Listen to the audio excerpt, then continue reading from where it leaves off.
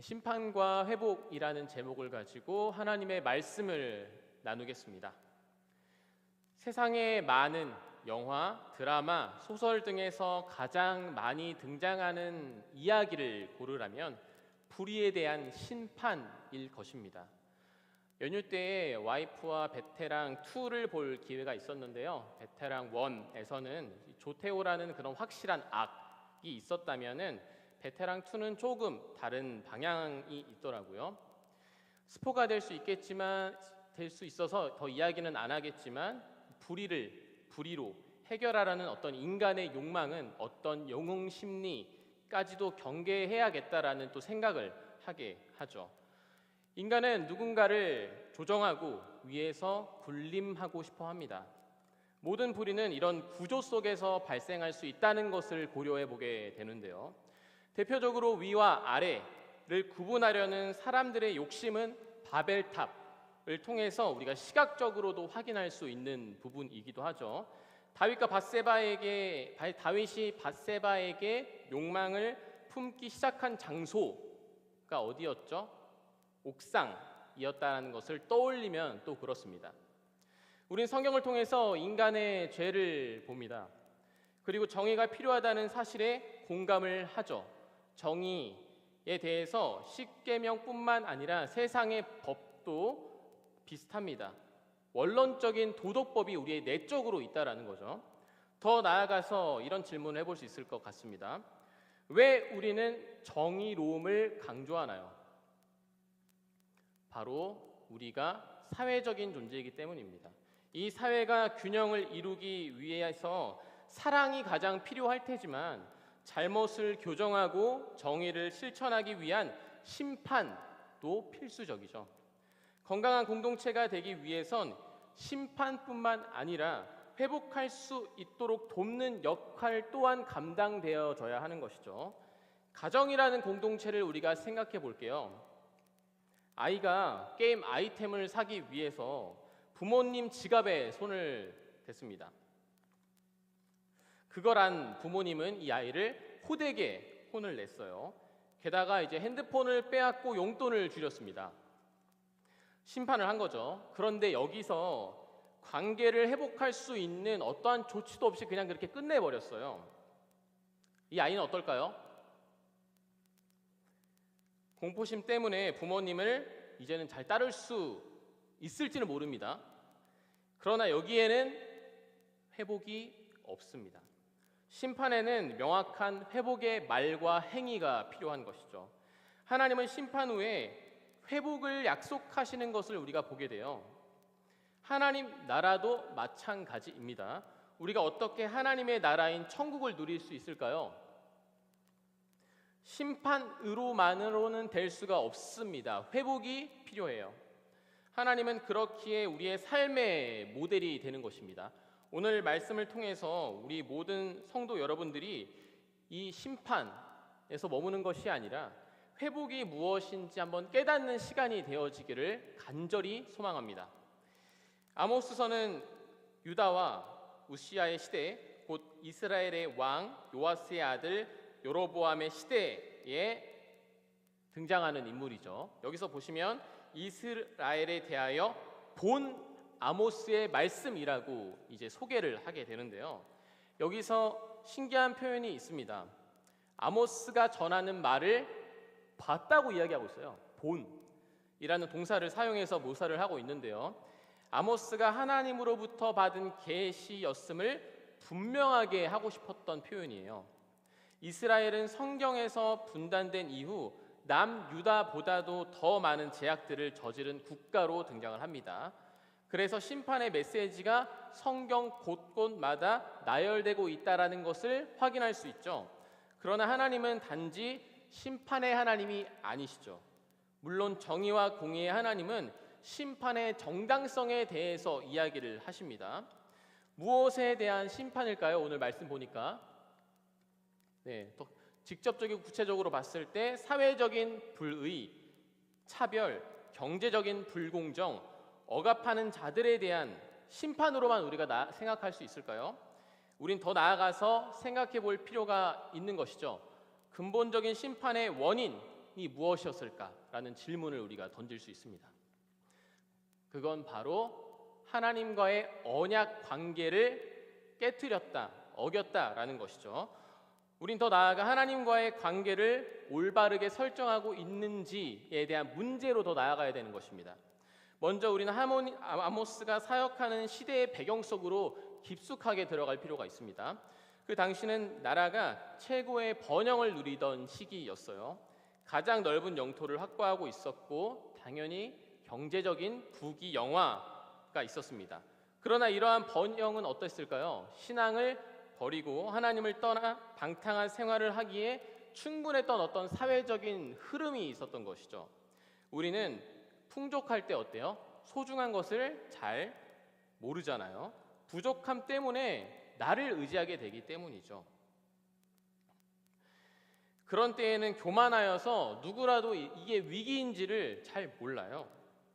이때 아모스가 등장해서 곧 임할 하나님의 심판을 선포하고 있습니다. 사람들은 어땠을까요? 우린 잘 살고 있는데 헛소리라고 생각하지 않았을까라는 생각이 드는데요. 먼저 아모스는 1장, 2장에서 여러 나라들에게 행하여 질 심판을 선언하는 부분이 직접적으로 등장을 합니다. 자, 생각해 보면 이제 보면은 말씀에 보면은 이스라엘에 대한 심판을 선언하기 전에 여러 나라들을 막 심판하는 그런 말씀들이 처음에 주어져요.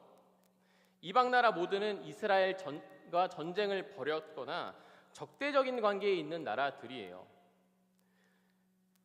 사람들은 아모스가 처음에 그 나라에 대한 제약을 이야기하는 것을 보고 그렇지, 마땅히 저거 심판해야지라고 환호했을 것입니다. 그리고 이어서 무엇을 이야기하냐면은 남유다에 대한 심판을 이야기합니다. 이제 어땠을까요? 점점 누구 얘기를 하고 싶구나라는 어떤 간담이 서늘하지 않았을까요? 왜냐하면 또 유다는 정통성이 있잖아요. 하나님의 임재를 상징하는 성전이 있었고 다윗 왕에게 주신 하나님의 언약을 계승하는 나라였기 때문이죠. 그리고 그 예언은 이제 북이스라엘을 겨냥합니다.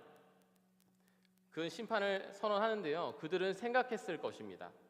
하나님의 선민으로 정통성을 가진 유다마저 심판을 받는다면 우리 또한 마찬가지이구나라는 또 생각을 하게 됐을 거예요. 성경에서 말하는 그들의 죄가 과연 무엇이었을까? 보통 성경에서 죄를 이야기할 때 이제 말씀에 대한 불순종, 우상 숭배에 관해서 이야기가 되는데요. 유다의 죄에 대해서는 하나님께서 선포한 율법을 지키지 않았다라는 것으로 이제 언급이 되지만 이스라엘에게 죄는 조금 더 구체적으로 보입니다. 인권 유린, 불의, 탐욕, 착취 등 사람과 사람 사이의 관계에 대한 제약들을 지적하는 모습들이 보이죠. 이를 보면 신기하게도 하나님 사랑과 이웃 사랑을 저버린 유다와 이스라엘의 모습이 동시에 보여지죠. 결국 하나님의 백성이라는 자부심이 있었던 그들도 이러한 총체적인 제약에 머물러 있다라는 것을 동시에 강조하고 있어요. 오늘 말씀 6절에 보시면 이스라엘의 서너 가지 죄로 인하여 내가 그 벌을 돌이키지 아니하리니라는 구절이 있습니다. 여기서 이 문장을 원어로 보면요, 정확히 셋이 아니고 그 이상이라는 뜻을 함축하는 표현이 있어요. 즉 한계가 없는 수를 의미합니다. 서너 가지의 죄를 지적하지만 그것은 그들이 행한 모든 죄를 의미하고 있다는 것을 의미합니다. 무슨 죄가 있었는지 우리가 구체적으로 살펴보죠.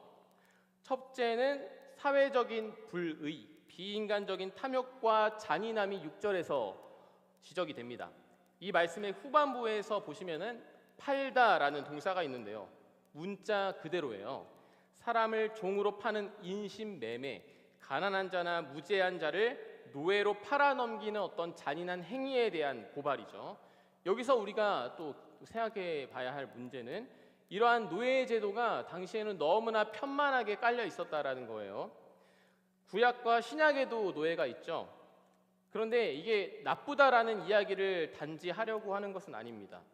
노예 제도를 인정하면서 그들도 하나님께서 창조한 평등한 존재라는 사실을 기억하고 인간으로서 존중해야 된다는 사실은 분명히 노예 제도와 관계없이 말씀을 지키는 것이죠. 그러나 여기서 말하는 것은 불평등하게 노예를 팔아 자신의 이익을 위해 얼마든지 물질의 대상으로 사람을 취급하는 것입니다. 그렇다면 그것은 하나님의 말씀을 어기는 것이 되죠. 마찬가지로 무고한 자의 송사를 불이하게 다루는 방법도 마찬가지로 그 사람을 죄인으로 만드는 것이기 때문에 죄예요. 북이스라엘의 죄는 법 제도를 악용해서 가난한 자를 노예로 파는 공의롭지 못한 판단이 많았음을 여기서 확인할 수 있는 것이죠. 두 번째로 아모스는 가난한 자들에 대한 멸시와 학대, 가진 자들에 대한 탐심을 고백하는데요. 여기서 힘없는 자라는 표현이 있지 않습니까? 여기서 이 번역한 단어는 낮은, 약한, 가난한 등으로 사용되는 어떤 복수형의 단어예요. 그러니까 가난한 자의 머리에 있는 티끌을 탐낼 정도의 어떤 그 강력한 탐욕을 가지고 있던 거죠. 박윤선 박사님은 이런 말씀을 했습니다. 가난한 사람을 학대하는 자는 그를 지으신 이를 멸시하는 자라는 잠언 14장 31절을 인용하면서 이것이 하나님을 멸시하는 죄다라는 것을 강조했어요. 이어서 연약한 자의 길을 굽게 한다는 말이 있습니다. 겸손하고 온화한 사람에 대한 이야기예요. 이 연약한 자라는 단어는 자기가 피해를 입어도 참는 그 마음을 악용해서 고통을 가하는 거예요. 사회가 불균형으로 나아가는 원인이 되는 건 그만큼 있는 자는 더 있고 없는 자는 더 없게 되는 그런 어떤 탐욕 때문이잖아요. 이를 보면 인간의 본질은 이전이나 지금이나 바뀌지 않고 있어요. 우리의 탐욕은 끝이 없어서 자신의 유익을 위해서는 언제든 남을 밟고 나아갈 준비가 되어 있는 것이죠. 하나님의 법은 그런 의미에서 가난하고 힘 없는 자, 고아와 가부들의 인권과 생존권을 보호하는 법이었습니다. 그리고 세 번째는 도덕적인 부패입니다. 아버지와 아들에 대한 이야기가 나오고 있어요. 한 젊은 여인으로 표시되는 이 단어는 성경에서 주로 결혼을 하지 않는 나이 어린 처녀를 뜻하는 말이에요. 그런데 여기서 보면 특정 대상을 뜻하는 정관사를 이 여인에게 붙입니다. 즉 아버지와 아들이 이 한 여인과 관계하고 있음을 강조하는 표현이에요. 이는 간음을 내포하고 있기도 하지만 아버지와 아들이 한 여자에게 관계 맺는 것은 근친 생간에 해당하는 죄를 뜻해요. 그 가증함을 사형에 해당한다고 레위기는 이야기를 하는데요. 이 죄는 그렇다면 단지 성적인 타락뿐만 아니라 더 깊은 종교적 타락을 의미한다고 우리가 볼 수가 있죠. 어떤 학자는 이 젊은 여인을 바알 신전에 바쳐진 성녀라고 보기도 했는데요. 이는 가나안 종교에 깊이 물들여져 있는 당시 사회상을 우리가 이 말씀을 통해서 직접적으로 확인할 수가 있죠. 성적 타락과 이 종교적 타락이 혼합되어 나타나는 이 사회였던 거죠. 즉 하나님을 잊고 다른 우상에 얼마나 매몰되어져 있었는지를 우리가 알 수 있습니다. 그리고 아모스는 곧 이어서 그들의 모든 제단과 그들의 신전으로 데리고 가서 어떤 신앙을 가지고 있었는지를 드러내요. 이스라엘에게 여호와의 전은 하나님을 드러내는 장소였고 희생제물의 피를 통해 하나님 앞으로 나아가는 수단이었습니다. 그러나 하나님의 율법을 어기고 그들은 어떻게 하고 있어요? 신전에서 누워서 먹고 마시며 즐거워하고 있어요. 심지어 그들이 마시는 포도주는 어떤 것이었습니까? 가난한 자의 벌금이었고 그들이 깔고 눕는 그 자리는 가난한 자들에게 전당을 잡은 옷이었습니다. 이도 마찬가지로 사회적인 불의와 종교적 타락을 보여주죠. 또 여기서 옷은 생명과도 어떻게 직결된 부분이 있는데요.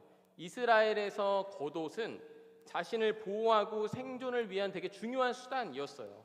온도의 변화가 급격한 이스라엘은 낮에는 뜨거운 태양으로부터 자신을 보호하고 밤에는 추위를 피하기 위한 이불로서 사용이 됩니다. 빛 대신 담보로 가정한 이 옷이 없다면 그들은 어떨까요? 더위와 추위를 견딜 수 없게 돼요.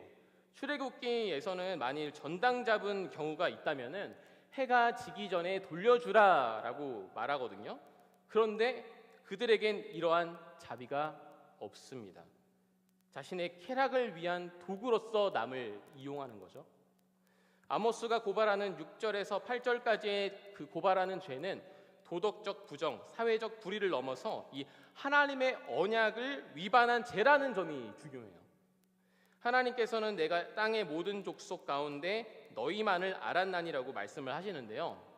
이는 언약 관계를 표현한 문장입니다. 그런데 그 언약을 깨트린 건 바로 이스라엘 백성이었죠. 오늘 말씀 9절에서 12절에서는 심판하는 이유에 대해서도 이제 설명을 하십니다. 출애굽과 40년의 광야 생활, 가나안 땅과 관련해서 설명을 하는데요. 그런데 세상의 영향을 받은 이들은 우상을 숭배하고 똑같은 생활 방식으로 살아가요. 하나님께서 정해주신 특별한 규례를 따라 거룩하게 살아가야 하는 누구죠? 나실인에게 포도주를 마시게 하고 있고요. 이때 하나님께서는 곡식단을 가득히 실은 수레가 흙을 누름같이 이스라엘을 짓눌러 버리겠다라는 무서운 말씀을 하고 계십니다. 이 심판을 피할 수 없음을 무려 7번이나 반복되는 유사한 표현을 통해서 강조하고 있어요. 그들은 죄로 인해 철저하게 패망될 것입니다. 오늘의 말씀은 북이스라엘의 대표적인 죄와 심판을 이야기하지만 아모스 전체 맥락에서 보면은 그 심판 가운데 회복을 약속하신다는 사실을 우리가 알 수가 있는데요. 아모스의 마지막 장인 9장에 가면요, 이런 말씀이 있습니다. 온전히 멸하지 않을 것이다 라고 말씀하시는데, 하나님께서는 심판이 임하여 여호와로부터 쫓겨났다고 할지라도 그날에 이스라엘을 다시 회복시킬 것이라는 놀라운 뜻을 우리에게 말씀하시고 있는 거예요. 이는 궁극적으로 아브라함과 다윗 언약의 성취로 볼 수 있죠. 아브라함의 언약은 본질적으로 많은 후손과 땅의 소유, 그리고 천하 만민이 그의 후손을 통해서 복을 받을 것임을 우리가 연결해 볼 수가 있는 것입니다. 지금 한번 우리가 아모스 9장 11절을 한번 찾아볼까요? 아모스 9장 11절을 한번 찾고 같이 읽도록 하겠습니다.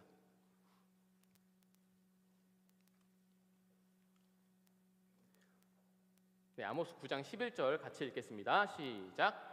그날에 내가 다윗의 무너진 장막을 일으키고 그것들의 틈을 막으며 그 허물어진 것을 일으켜서 옛적과 같이 세우고. 아멘. 네, 그렇습니다. 이는 언약을 지키시는 하나님의 뜻을 우리가 발견할 수 있는 부분입니다.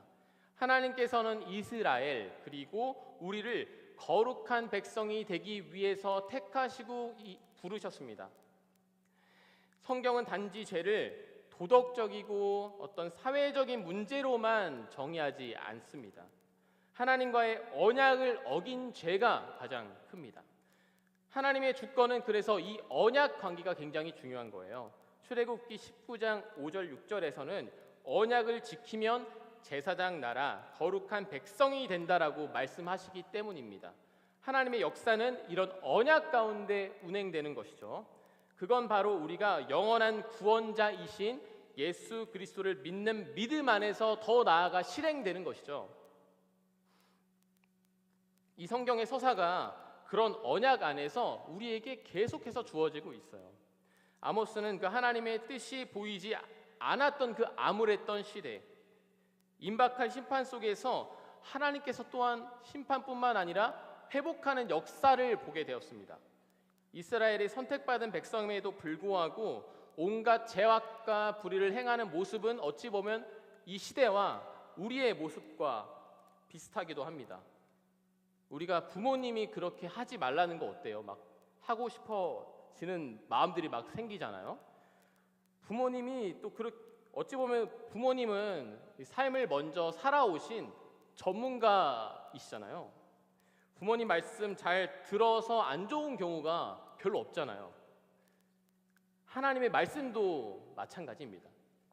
대부분의 이스라엘 백성들은 이 한 번에 하나님의 말씀을 듣는 경우가 별로 없어요. 그럼에도 불구하고 하나님은 어떻게 하시죠? 기다려 주시고 회복시켜 주실 것이라고 말씀해 주십니다. 탕자의 비유를 한번 떠올려 보세요. 아버지가 물려준 돈을 허랑방탕하게 굳이 가서 사용하고 내가 있을 곳은 집밖에 없구나 하고 돌아온 탕자에게 회복은 다른 게 아니에요. 내가 아버지 하나님 없이는 살아갈 수 없는 존재구나를 깨닫는 것이 바로 회복이에요. 우리에게 자유의지를 허락해 주신 것은 아버지의 집으로 돌아가는 것이 가장 안전한 길이라는 것을 깨닫는 그 순간에 있는 것이죠. 우리들의 삶은 어떻습니까? 말씀은 우리를 고린도전서 3장 16절에 이야기하는 것처럼 우리를 성령 안에서 하나님의 성전이라고 이야기합니다. 오늘 말씀에서도 제단이 나오잖아요. 이 제단 앞에서 우리가 어떤 마음가짐으로 신앙생활을 하고 있는지 또 돌아봐야 하는 것입니다. 나실인으로 거룩하게 구별된 사람이 아니라 세상 사람들과 똑같은 행위와 사고를 하고 있다면 우리는 결코 성전으로 살아가는 사람이 아닐 것입니다. 예수님께서 성전 청결 사건을 통해서 보여주신 건 단지 성전에서 그 장사하는 사람들을 향한 특정한 말씀이 아니었어요. 주의 전을 사모하는 열심이 나를 삼키리라 한 것을 기억하라라는 거잖아요. 우리에게 적용이 되죠. 하나님 안에서 있어야 한다라는 것을 강조하는 표현이에요. 우리 안에 있는 하나님을 향한 그 마음의 청결이 중요합니다. 그 청결함을 유지하기 위해서는 대충 청소하면 안 돼요. 먼지가 어때요? 계속해서 쌓이기 때문입니다. 나중에 그걸 청소하기 굉장히 힘들어지잖아요. 이게 무슨 말입니까? 세상에 먼지가 묻을 때 이걸 닦아내지 않고 그대로 방치해 두면 나중에는 그냥 살면 되겠지가 되어 버린다는 거예요. 우린 이를 경계해야 됩니다. 왜죠? 죄인이기 때문에 그렇죠. 이처럼 하나님의 역사는 이 심판과 회복이라는 루틴 안에서 돌아갑니다. 세상과 우리의 불의를 애통하고 회복을 간구해야 돼요. 이건 단지 자동적으로 되는 그런 루틴이 아니에요. 저는 주님께서 허락하신 자유의지가 하나님의 나라, 천국을 이루기 위한 회복의 과정을 선택하는 순간이 쌓이는 것이라고 생각해요.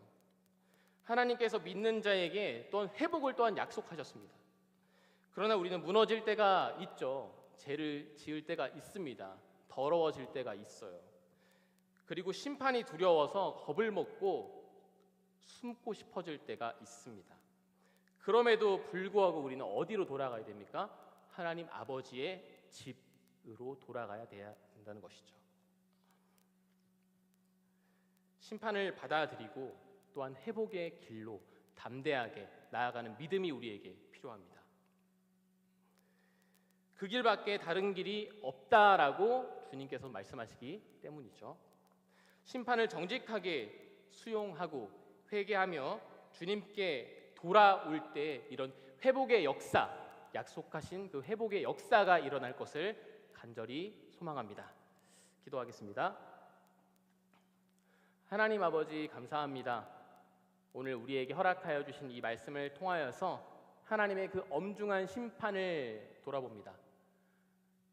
우리 안에 불의가 있고 성전답게 살아가지 못할 때가 너무나도 많습니다. 주님께서 우리를 용서하여 주시고 우리가 더욱더 포도나무이신 예수님과 붙어 있을 수 있도록 우리가 그 영양분을 받아서 거룩한 백성으로 살아갈 수 있도록 주님께서 함께하여 주시옵소서. 주님께서 우리의 모든 것을 깨끗게 하여 주실 것을 믿으며 더욱더 회복을 간구하는 인생 살아갈 수 있도록 주님께서 인도하여 주시옵소서. 감사드립니다. 예수님의 이름으로 기도합니다.